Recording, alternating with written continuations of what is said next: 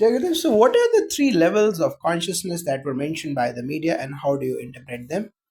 Jagadish, yes, the three levels of consciousness, the Swatantra Chetana, the Sankalpa Rupa Chetana, and the Pratimbit Chetana are not rigid divisions but windows into how consciousness expresses itself through will, freedom, and reflection. The Swatantra Chetana is independent consciousness that does not need sensory or intellectual confirmation. It simply knows this is the consciousness one glimpses. When meditation goes beyond personal identity and enters timeless awareness, it is the observer that cannot be shaken by sorrow, friends, rituals, or fear. The Sankalpa Rupa Chetana is a consciousness taking shape through intention. This is where creativity, prayer, healing practices, temple adoption, or outreach movements arise. When a practitioner decides, I want peace for society, that is consciousness manifesting intention form.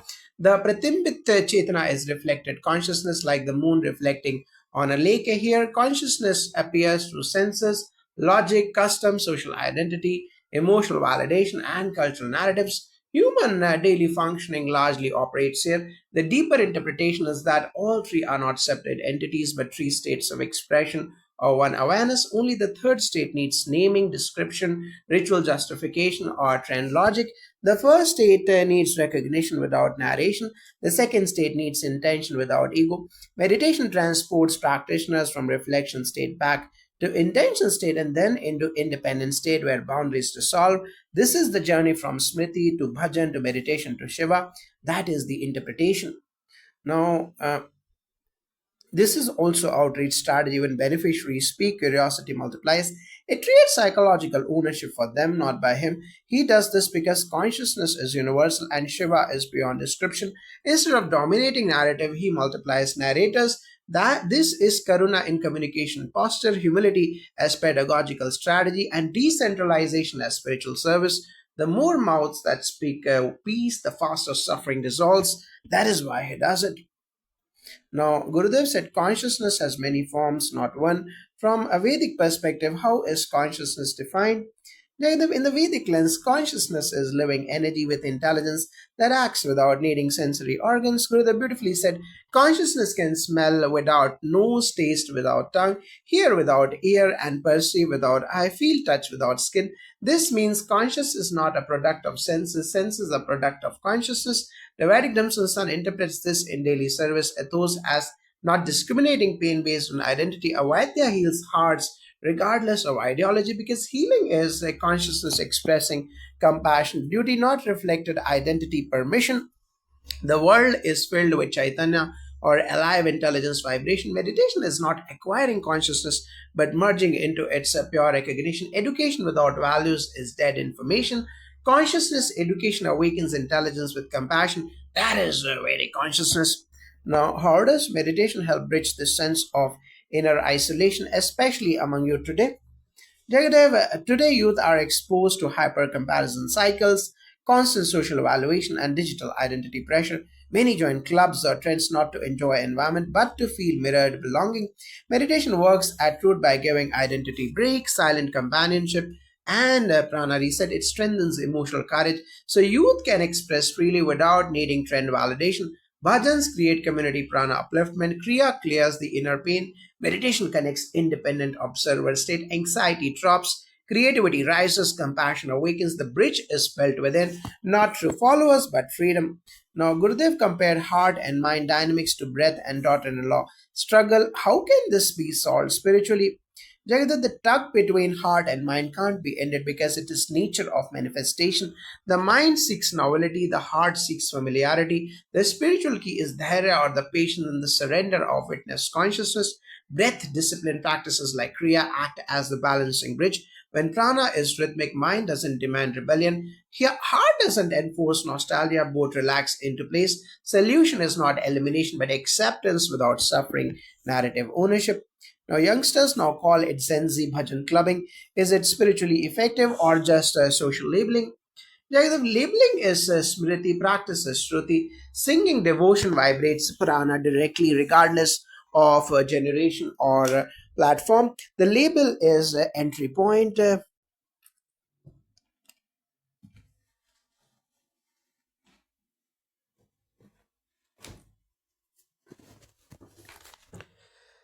Yes, the label is entry point, not the effect. Bhajans elevate the mood, community, emotional courage, and spiritual belonging.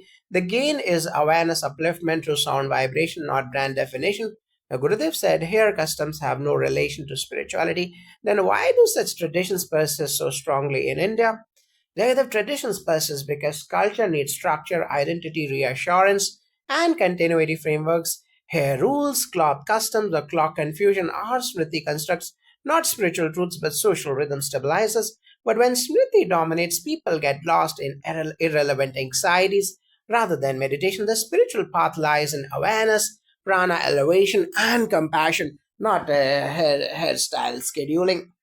Now, what is the real gain after chanting the Rudram followed by Sudarshan Kriya and meditation physically and spiritually?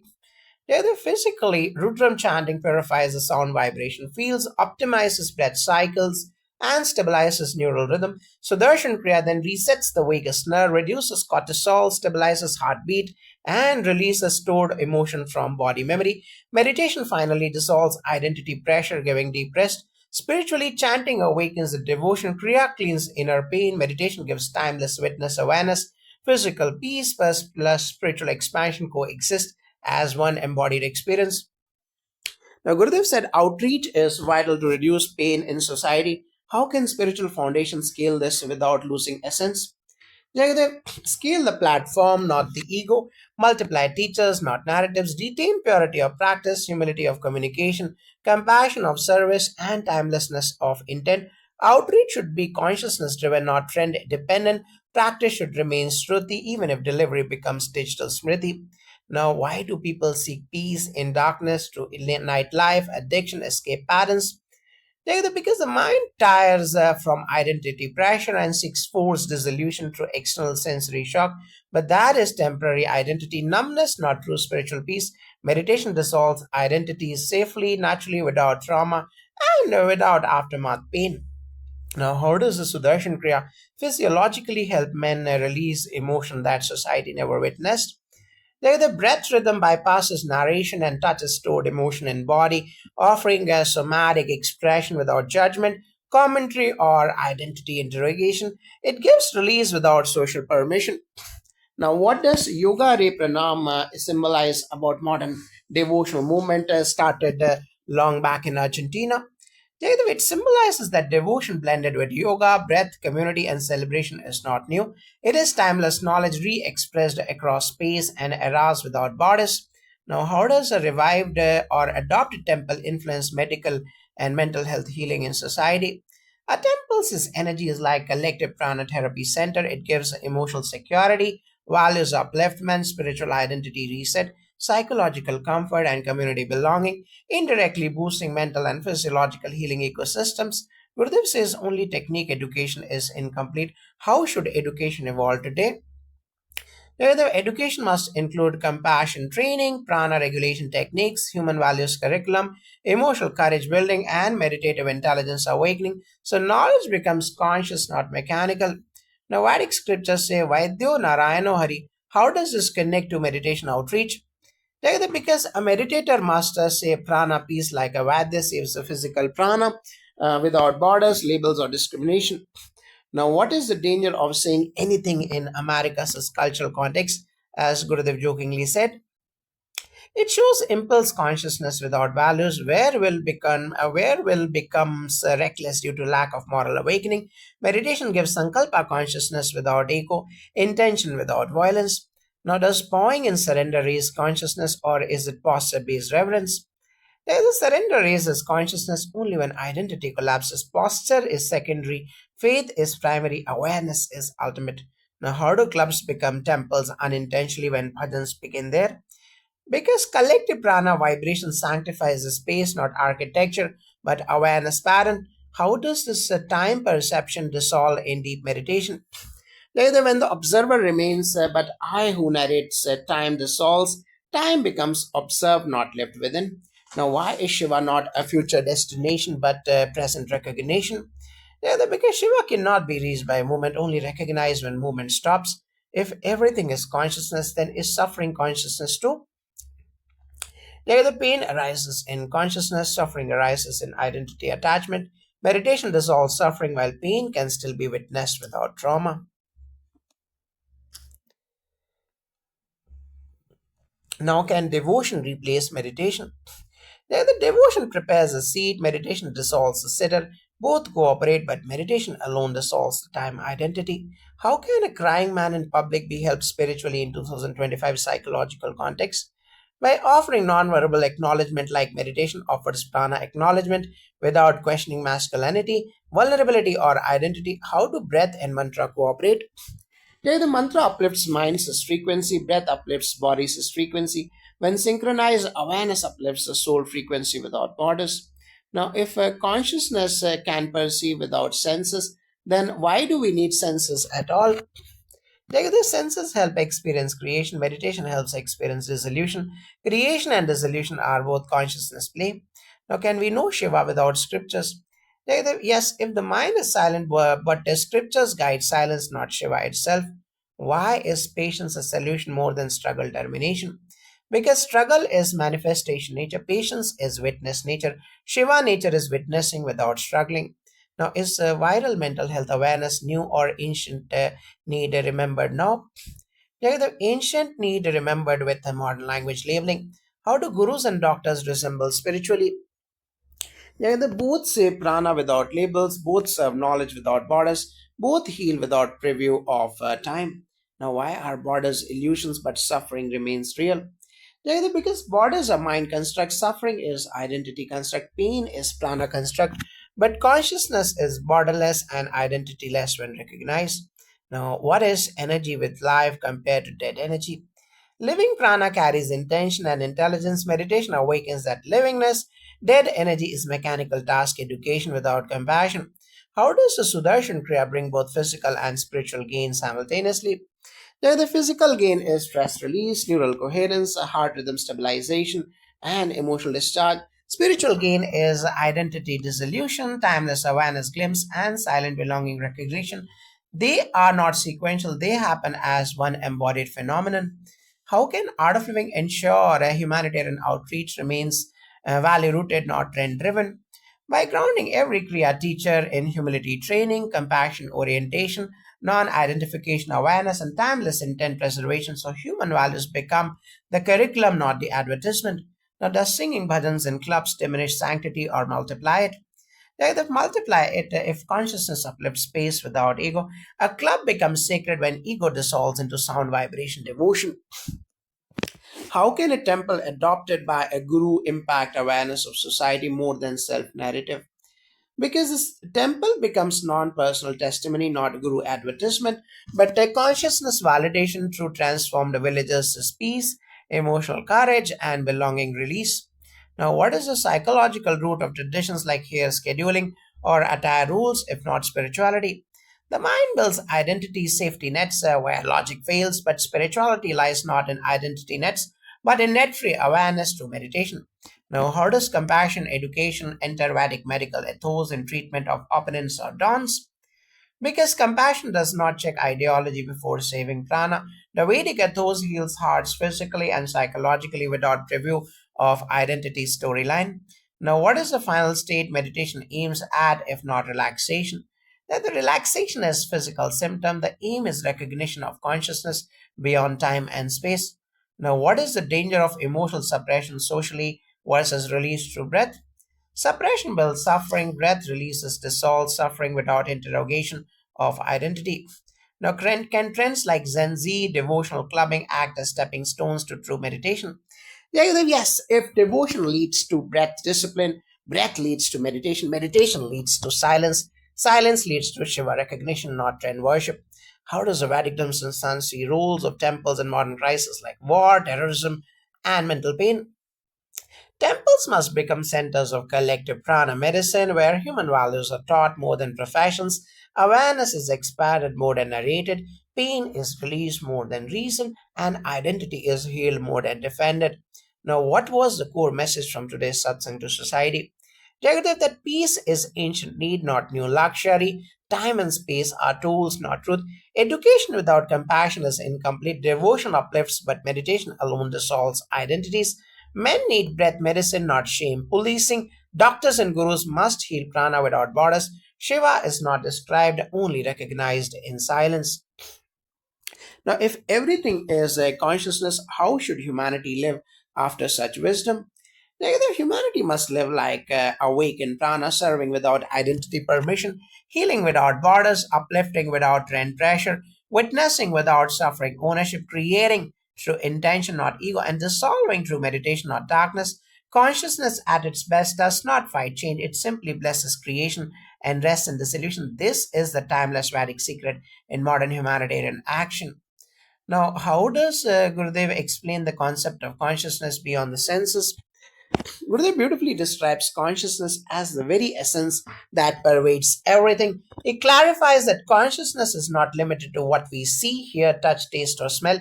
It is the underlying energy that animates all life forms, the plants, the animals, the humans, and even the inanimate. If we consider their energy fields, this energy is alive, intelligent, and self sufficient. Even without sensory organs, it exists and perceives in its own way. In essence, all our experiences through mind, intellect, or senses are interactions with this consciousness. Recognizing this is key to meditation as it allows us to connect with the universal energy that flows through all beings. Indeed, in Vedic philosophy, consciousness is equated with Chaitanya, the divine energy. Gurudev emphasizes that everything in creation is a manifestation of this consciousness. It reminds us of the Vedic dictum that the universe is fundamentally aware. When people understand this, they start seeing the world differently, respecting all life forms. This insight bridges spirituality and science, as modern physics also identifies energy as fundamental, while Vedanta identifies it as conscious energy. Meditation, as Gurudev says, is recognizing this consciousness within oneself and merging with it, which is the essence of experiencing the divine. Now, how can meditation help with the mental health crisis among men, as mentioned in the talk? Gurudev highlighted a viral video of a man crying alone, which underscores the mental health crisis, particularly among men. Meditation provides a safe, non judgmental space for processing emotions. Techniques like Sudarshan Kriya help release accumulated stress and emotional baggage. In a world that often expects men to suppress vulnerability, these practices offer relief. Post meditation, people report a sense of lightness, mental clarity, and inner peace.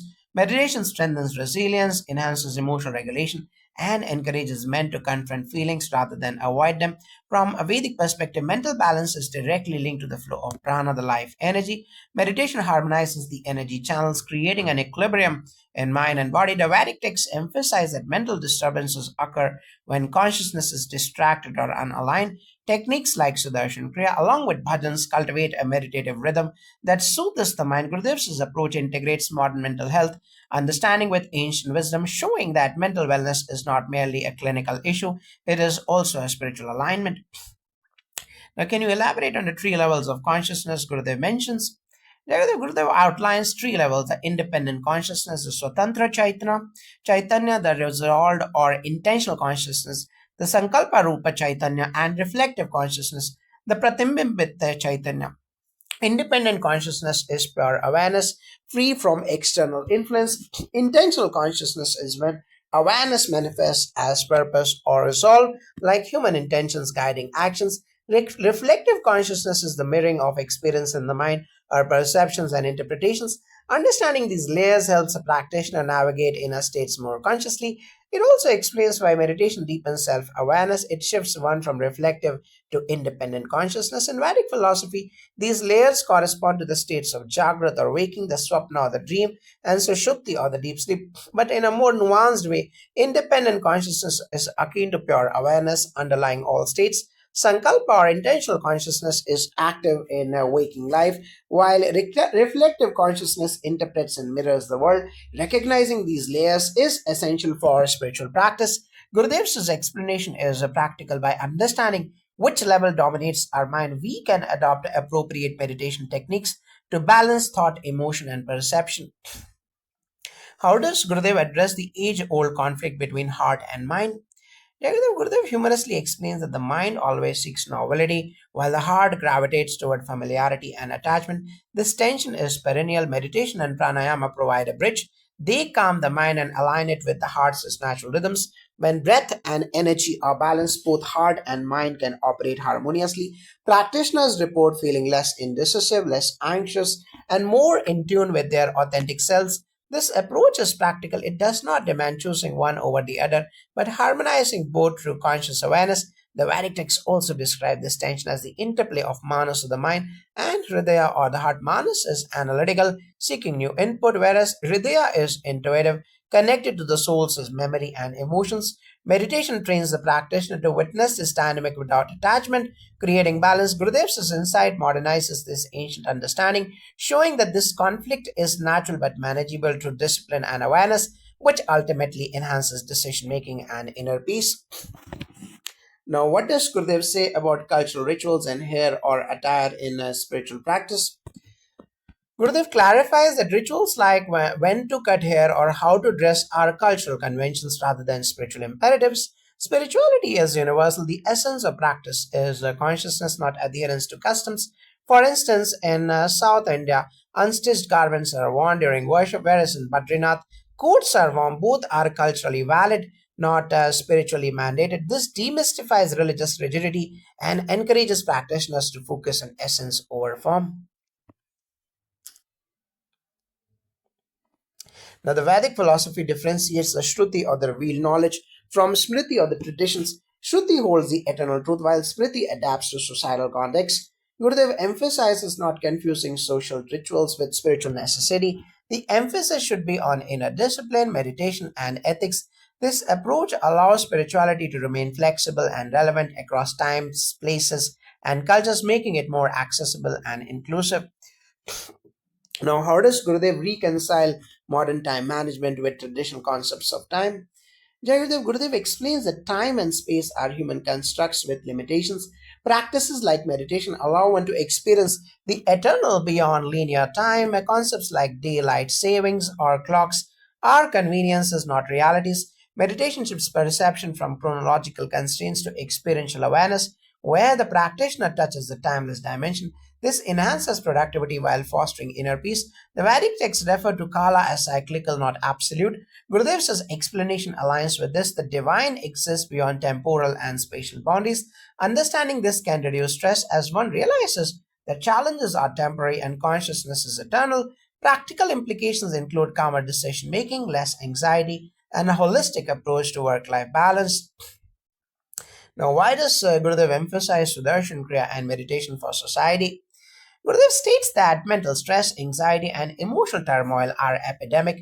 The Sudarshan Kriya detoxifies accumulated stress and aligns breath with mental rhythm, producing clarity and peace. Meditation allows people to connect with consciousness beyond the mind. Collectively, this reduces societal suffering as calmer individuals contribute to a calmer community. It is a preventive mental health at a societal scale.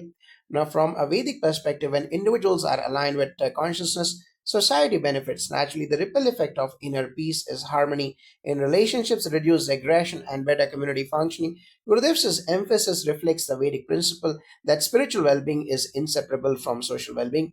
Now, what role do bhajans play in contemporary spiritual life? Jagadav Gurudev links modern trends like bhajan clubbing to ancient practices. Bhajans are not merely songs, they synchronize heart and mind, elevate mood, and create collective positive energy. In contemporary life, they provide emotional release and spiritual connection. Much like meditation, the popularity of bhajan clubs shows the timeless relevance of devotional music. In Vedic tradition, the Nada Yoga or the Yoga of sound is a proven path to consciousness. Bhajans invoke vibrations that resonate with the energy centers of the chakras in the mind. Gurudev's integration of bhajan clubs modernizes this practice, making it accessible to younger generations while maintaining its spiritual potency. How does Gurudev address the education system's failure to impart human values? Gurudev observes that technical education alone does not cultivate compassion or ethical sensibilities. A doctor may operate expertly but lack empathy. Meditation, pranayama, and value based education fills the gap.